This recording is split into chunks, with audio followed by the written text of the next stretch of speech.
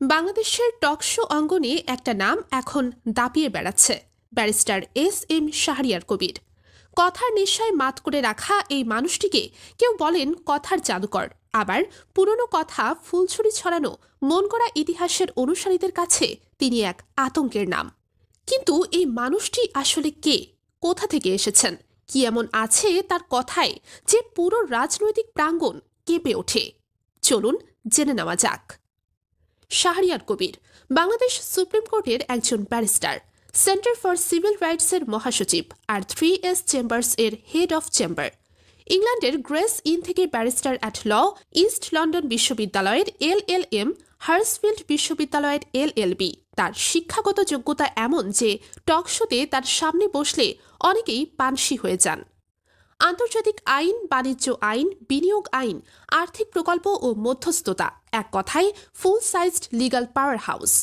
কিন্তু এখানেই শেষ নয়, এই গল্পে একটা বড় টুইস্ট আছে। সেটি এই ব্যারিস্টারের বাম থেকে ডান পন্থায় আসার এক রাজনৈতিক রূপান্তরের মহাকাব্য। যিনি একসময় বামপন্থার সঙ্গে ছিলেন, তিনি এক পর্যায়ে চিন্তা, দর্শন ও বিশ্বাসের গভীর আলোচনার পর ডানপন্থী মতাদর্শকে গ্রহণ করেন, পরবর্তীতে হয়ে ওঠেন জামায়াত সমর্থক। 2012 সালে যুক্তরাজ্য থেকে দেশে ফিরেই জামায়াতের আইনজীবীর দায়িত্ব নিয়ে পার্টির সবচেয়ে কঠিন সময়ে শীর্ষ নেতাদের জামিন করিয়ে এনে আইন অঙ্গনে সাড়া ফেলে দেন। আমিরে জামায়াত থেকে শুরু করে অন্য বড় বড় নেতাদের কেউ যখন জামিন করাতে পারেনি, তিনি তখন নানা আইনি কৌশল প্রয়োগ করে একজন একজন করে বের করে আনেন। রাজনীতির কঠিন সময়েও সাংগঠনিক নেতৃত্বকে বাঁচিয়ে রাখার পেছনে তার এই আইনি ভূমিকা ছিল অস্বীকারের ঊর্ধ্বে। শুধু তাই নয়, তিনি ইতিহাসের বিতর্কে নতুন দরজা খুলে দেওয়া একজন মানুষ।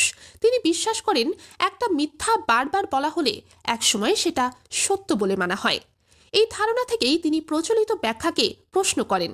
মুক্তিযুদ্ধের ইতিহাস, রাষ্ট্রনীতি, ক্ষমতার রাজনীতি, সব জায়গায় তিনি নতুন দৃষ্টিকোণ হাজির করেন।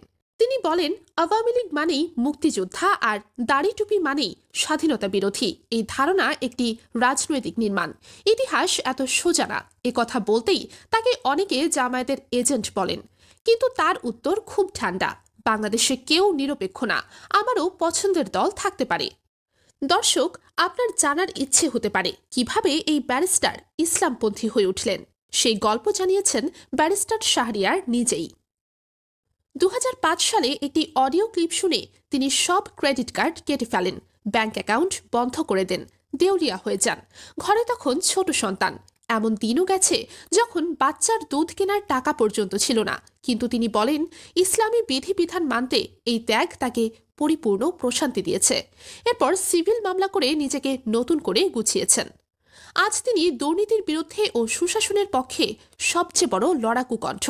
টকশোতে তার সবচেয়ে আলোচিত বক্তব্য, জামায়াতের এমপি মন্ত্রীদের বিরুদ্ধে দুর্নীতির অভিযোগ নেই।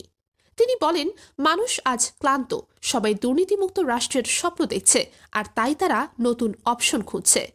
এই কথাই বিরোধী রাজনৈতিক পরিসরে তাকে শক্ত ভরসা হিসেবে তুলে ধরেছে। টকশোর এই রাজা সবসময় ঝাঁঝালো, ধারালো ও কঠিনভাবে স্পষ্টবাদী। যে টকশোতে অনেকে কথা বলতে ভয় পান, সেখানে তিনি তলোয়ার চালান। MA আজিজ, আব্দুল নূর তুষার অথবা ডাক্তার জাহিদুর রহমান, যেই সামনে পড়েছেন, ক্ষুরধার যুক্তি ও সঠিক তথ্য তুলে ধরে তর্কে তিনি তাদের ঘাম ছুটিয়ে দিয়েছেন। সর্বশেষ যমুনা টিভির উপস্থাপক নিকলকে তিনি ঠান্ডা আবার কখনো গরম স্বরে উচিত শিক্ষা দিয়েছেন। এই টকশোতে গণ অভ্যুত্থানকে মব বলায় তিনি ইতিহাস টেনে এনে বলেন, মানুষ তুলে নেওয়া কৃত্রিম দুর্ভিক্ষ, বোতল মন্ত্রী, এসবের বিচার না করে গণ অভ্যুত্থানকে মব বলার অধিকার কারও নেই। ব্যারিস্টার শাহরিয়ার ক্ষমতাকে ভয় না করা এক বাঘ স্বভাবের মানুষ। অনেকে বলেন, উপস্থাপকের সঙ্গেও তার সবসময় বৈরী পরিবেশের মধ্য দিয়ে যেতে হয়, কারণ টকশো সাজানো হয় উপস্থাপক ও টেলিভিশনের মর্জি অনুযায়ী। সেখানে একাই সবাইকে কাবু করে রাখেন শাহরিয়ার। ৭১-এর আগে পরে ইতিহাস ব্যাখ্যা, একদলীয় শাসনের সমালোচনা, গণ অভ্যুত্থানের সপক্ষে অবস্থান, এসব তাকে প্রগতিশীলদের চোখে ঝামেলা আর সমর্থকদের চোখে নায়ক বানিয়েছে। জামায়াত ঘেঁষা ব্যারিস্টার SM শাহরিয়ার কবির শুধু আইনজীবী নন, তিনি শুধুই টকশো তারকা নন।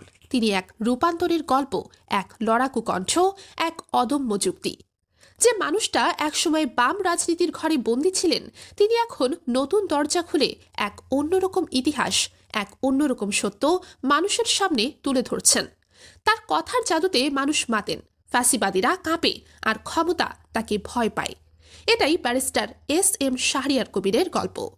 দর্শক, আপনিও কি ব্যারিস্টার শাহরিয়ার কবিরের কথা ও উপস্থাপনা পছন্দ করছেন?